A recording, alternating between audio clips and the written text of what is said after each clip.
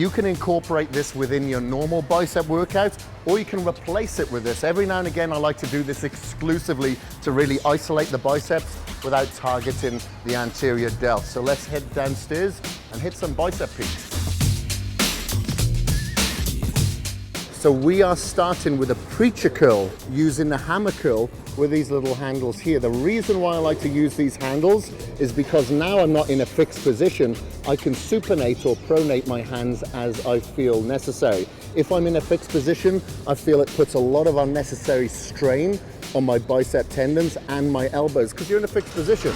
Sometimes when if you stand, do you stand with your hands like that? No, you stand with your hands like this. So it's a little bit easier to have a free range of motion when you're doing back and biceps. So to begin with, I'll hook over the handles on the preacher curl here, sit down, I'll wedge them together and come up and then turn as needed. So as I supinate, I'm able to get a superior contraction throughout my biceps as opposed to having stress and load placed upon my connective tissue, i.e. tendons, ligaments, and my joints.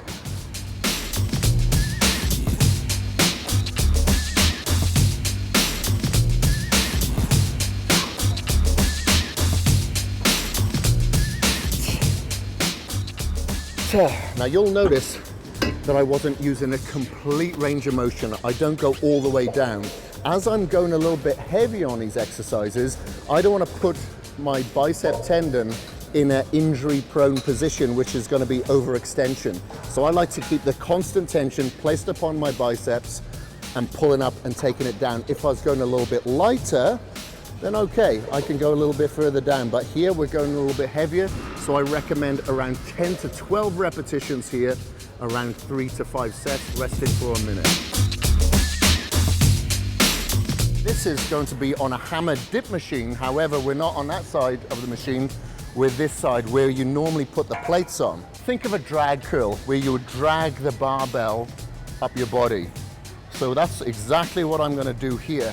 I'm going to drag these supporting weights trees that are on the end of the dip machine up my body and make sure that I get a good contraction up at my delt.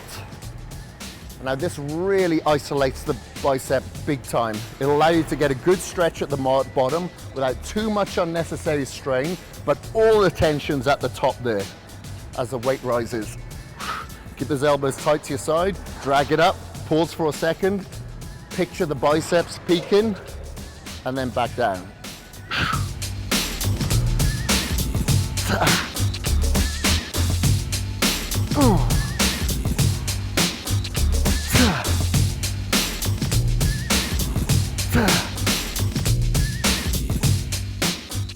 All right, the third and final exercise for biceps, I'm going to use a very simple barbell plate. Sometimes you go to the gym, the dumbbells are taken up, or specifically the dumbbells that you want, or you want to target the biceps and the choriobrachialis, that muscle right there, a little bit differently than you can with like hammer dumbbell curls. I like to use the barbell plate here, so we'll just rip this off the tree. Now you can hold it on the outside or the inside, wherever's more comfortable. I like to hold it on the inside. I just find that I'm able to isolate that plane of motion a little bit easier there.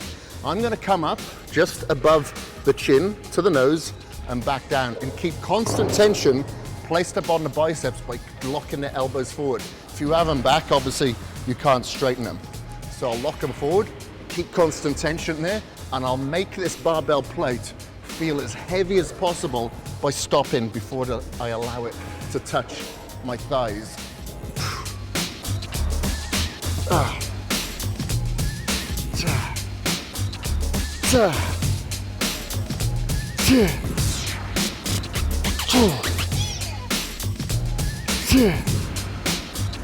Wow, that seems a lot heavier than you think it'll be if you do it properly. So should be reaching failure. If it's at around 10 to 12 repetitions, perfect.